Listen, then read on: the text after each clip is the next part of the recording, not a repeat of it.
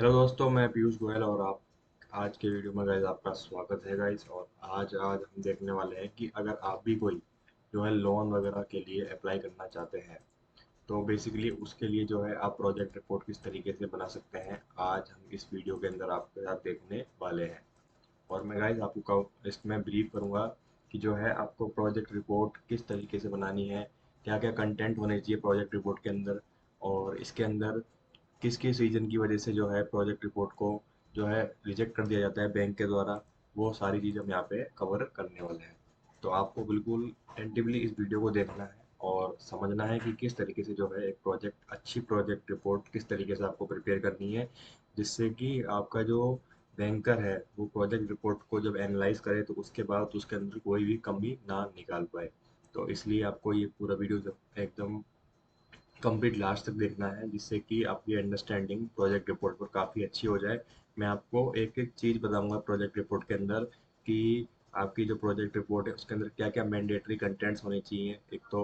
दूसरे, इसके अलावा प्रोजेक्ट रिपोर्ट में जब आप बनाओगे तो उसमें जो पॉइंट्स होते हैं उनको कैसे डिस्क्राइब करना है, मैं इसके बारे में आपको यहाँ पे गाइड करूंगा। इसके अलावा और काफ़ी सारी चीज़ें हैं जो प्रोजेक्ट रिपोर्ट के बारे में मैं आपको वीडियो के दौरान यहाँ पे बताने वाला हूँ। चलिए चलते हैं आगे, और अब मैं आपको क्या है गाइड यहाँ पे करता हूँ। तो सबसे पहले क्या है एक मैं प्रोजेक्ट रिपोर्ट लेता हूँ सैंपल के लिए। एक ये प्रोजेक्ट रिपोर्ट आ गई है जो हमने यहाँ पर जो रेडी की थी। ठीक है, ये प्रोजेक्ट रिपोर्ट रेडी की थी। और आपको कोई सैंपल वगैरह चाहिए होगा तो आप देख लेंगे एक बार, है ना। इसमें क्या है, आपको सबसे पहले जो एंटरप्रेन्योर का नाम है वो यहाँ पे बताना होगा, यानी जो बिजनेस का नाम है वो यहाँ पे आपको क्या है बताना होगा, जिससे कि क्लैरिटी आए कि वो प्राइवेट लिमिटेड है या प्रोप्राइटरशिप बिजनेस है या पार्टनरशिप है, वो किसके लिए आप बना रहे हो। वो यहाँ पे बिल्कुल जानना जरूरी होता है बैंकर के लिए। उसके बाद वो कॉन्स्टिट्यूशन उसका क्या स्टेटस है, प्रोप्राइटरशिप है या फिर कंपनी है क्या, या जो भी उसका टाइप है वो आपको यहाँ पे बताना होगा।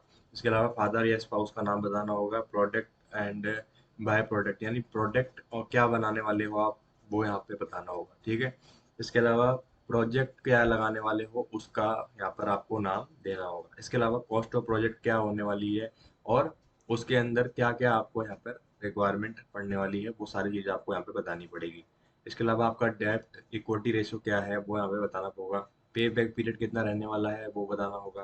प्रोजेक्ट इम्प्लीमेंटेशन पीरियड कितना टाइम लगेगा प्रोजेक्ट को इम्प्लीमेंट करने के अंदर, वो भी आपको यहाँ पे बताना होगा। इसके अलावा ब्रेक इवन पॉइंट क्या है वो यहाँ पे आपको डिस्क्लोज करना होगा।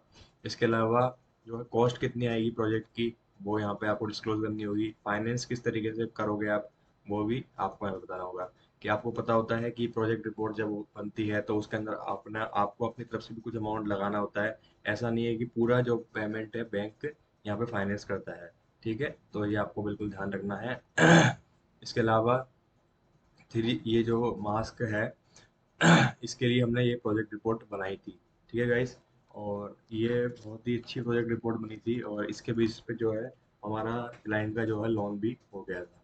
ठीक है, तो आपको अपने प्रोडक्ट के बारे में अच्छी तरीके से समझाना है कि आप क्या काम करोगे, क्या प्रोडक्ट में क्या मतलब क्या आप पूरा प्रोडक्ट मैन्युफैक्चर करोगे या ऐसा कुछ पार्ट करोगे या बाहर से जो वर्क करवाओगे, कैसा क्या रहने वाला है वो आपको पूरा बताना होगा।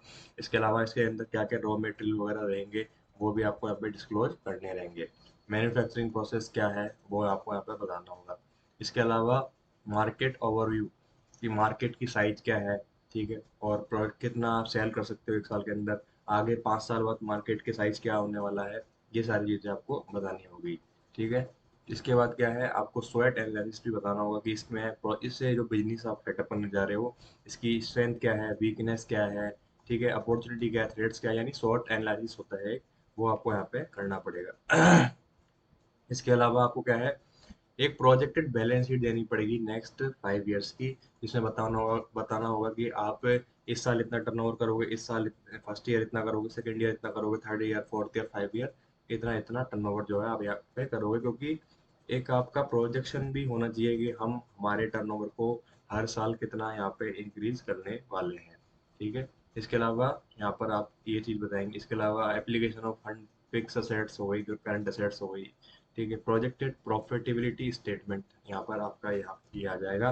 ये सेल के बेसिस पे जो भी आपकी सेल होगी उसके बेसिस पे यहाँ पे ये आ जाएगा। इसके अलावा कैश फ्लो स्टेटमेंट हो गया। इसके अलावा जो है प्रोडक्शन कितना कितना रहने वाला है आपका, वो यहाँ पर आपको एक डिटेल्ड वर्किंग यहाँ पे बना के देनी होगी। ठीक है। इसके अलावा क्या है, कंप्यूटेशन ऑफ सेल। इसके अलावा यहाँ पर सेल कितनी रहने वाली है वो भी आपको यहाँ पे कंप्यूटेशन करके देनी होगी। इसके अलावा क्लोजिंग स्टॉक और वर्किंग कैपिटल के बारे में बताना होगा। ठीक है। और लेबर कितनी यहाँ पर आपको रिक्वायर्ड होगी इस प्रोजेक्ट को इम्प्लीमेंट करने के लिए, वो भी आपको यहाँ पे पूरी तरीके से बतानी होगी। ठीक है। जिससे कि बैंकर को एक पूरा प्रॉपर एक डिटेल्ड आइडिया लग पाए कि आप क्या करने वाले हो, किस तरीके से करने वाले हो, क्या ये प्रैक्टिकली पॉसिबल है या नहीं है। तो इससे क्या है, प्रोजेक्ट रिपोर्ट से सबसे बड़ा बेनिफिट यही होता है कि उसको समझ में आता है बैंकर को कि प्रैक्टिकल है या नहीं है, क्या जो ये पर्सन सोच रहा है ये पॉसिबल है या नहीं है, इसको प्रोजेक्ट को जमीन पे उतारा जा सकता है या नहीं उतारा जा सकता। तो ये यहाँ पर बैंकर यहाँ पे चेक करता है। इसके अलावा डेप्रिसिएशन वगैरह भी आपको यहाँ पे डिस्क्लोज करना होगा। इसके अलावा रीपेमेंट शेड्यूल है टर्म लोन का, वो किस तरीके से आपको है वो आपको बैंकर बना के दे देगा रीपेमेंट शेड्यूल, वो आपको जरूरत नहीं है बनाने की, वो यहाँ पर आपको डिस्क्लोजर में देना होगा। इसके अलावा जो है काफ़ी सारी चीज़ें मैंने आपके साथ डिस्कस कर ली है, फिर भी आप जैसे इलेक्ट्रिसिटी जो है इसमें कितनी कंज्यूम होगी वो आप बता सकते हो यहाँ पे। ठीक है। जिससे कि एक पता चले कि हाँ आप एक जेन्युइनली प्रोजेक्ट को इम्प्लीमेंट करने वाले पर्सन हो, जिसमें जिससे कि आपको प्रोजेक्ट में कोई दिक्कत ना आए। इसके अलावा ब्रेक इवन पॉइंट एनालिसिस करना है आपको कि कहाँ पर आपको ब्रेक इवन मिल जाएगा। ठीक है। इसके अलावा कि जो है फाइनेंशियल इंडिकेटर्स बताने हैं। ठीक है। इस तरीके से जो है आपको बताना है और साथ में डिस्क्लेमर भी देना है साथ लास्ट में। इस तरीके से आप एक बढ़िया प्रोजेक्ट रिपोर्ट बना सकते हो। और आपको कोई भी नीड है, आप लोन के लिए अप्लाई करना चाहते हो या कोई प्रोजेक्ट बनाने वाले हो या कोई मशीन लोन लेने वाले हो या फिर अदर टाइप से जो है आप कोई भी वर्किंग करने वाले हो, तो आपको प्रोजेक्ट रिपोर्टिंग यहाँ पे नीड पड़ रही है तो आप हमसे कनेक्ट कर सकते हैं। हम इसमें आपकी पूरी ज़्यादा करेंगे और एक बढ़िया प्रोजेक्ट रिपोर्ट आपको तैयार करके देंगे, जिससे कि आपका जो है लोन वगैरह प्रॉपर तरीके से आसानी से जो है अप्रूव हो सके। थैंक यू गाइस, और हमारे स्क्रीन में नंबर दिए हुए हैं, हमसे कांटेक्ट भी कर सकते हो आप।